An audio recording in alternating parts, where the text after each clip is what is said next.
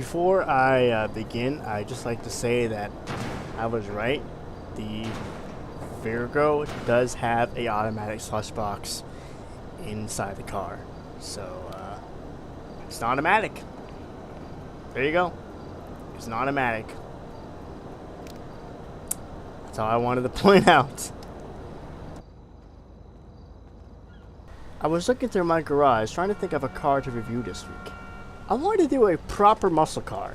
Something old and gritty. I decided to do the first car I ever owned on my Claude Speeder-like character in GTA Online. Meet the 1971 Declasse Vigero. When you want to roleplay as John Tanner, but don't want a Charger, and drive like you're in a 70s action film. No one knows what it's like to drive this car. It can really go far. Declasse Vigero. You'll want to start smoking when you buy this car. It's almost required. You've stepped into a new phase in your life. You're not afraid to face danger. It's the 1970s all over again, and that cheerleader is drunk in your front seat.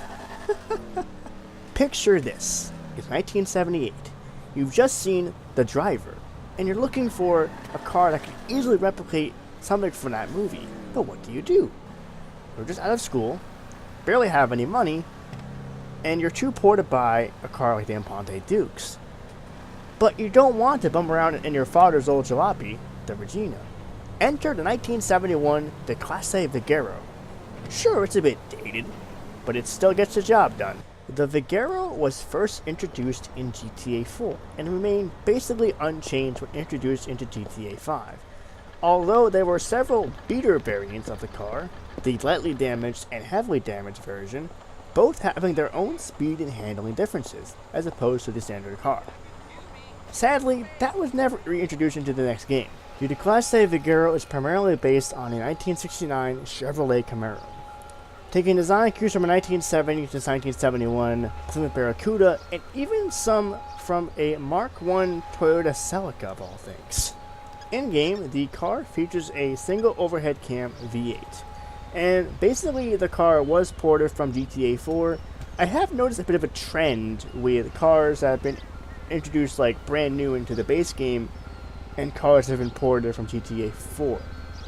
Notice that the engine models from ported cars look a lot better than the base game cars that have been made brand new for GTA 5. The engine model is definitely an improved model from ones I've seen, and they've even gone as far as to include the manufacturer badging on the side of the block itself. Due to a reworked physics engine and power and speed improvements from the previous game, the Vigero is definitely a very powerful car. Sometimes prone to spinouts, but it makes for a great car to recreate an action film with. Put on You and the Explosions Band theme from The Great Chase, grab a friend, rob a liquor store, and let the madness ensue. It's honestly a decent car and a great starter. I originally got the idea for the design of my figure from a fellow online player. He had chosen the classic rod rims and painted them black for a classic silver solid chrome rim style popular in the 50s and 60s. Coupled with a matte black paint job and ducktail spoiler made for a slick ride. I gotta say, it's a good look, and the black classic rod rims can be that missing touch you were looking for on a vehicle. I absolutely love the Vigero, and I absolutely recommend it as your first car. Being the first car on this character, we did everything together. Heist, missions, car shows, everything. Until Samada gave me a bunch of cash and I lost my extra cars.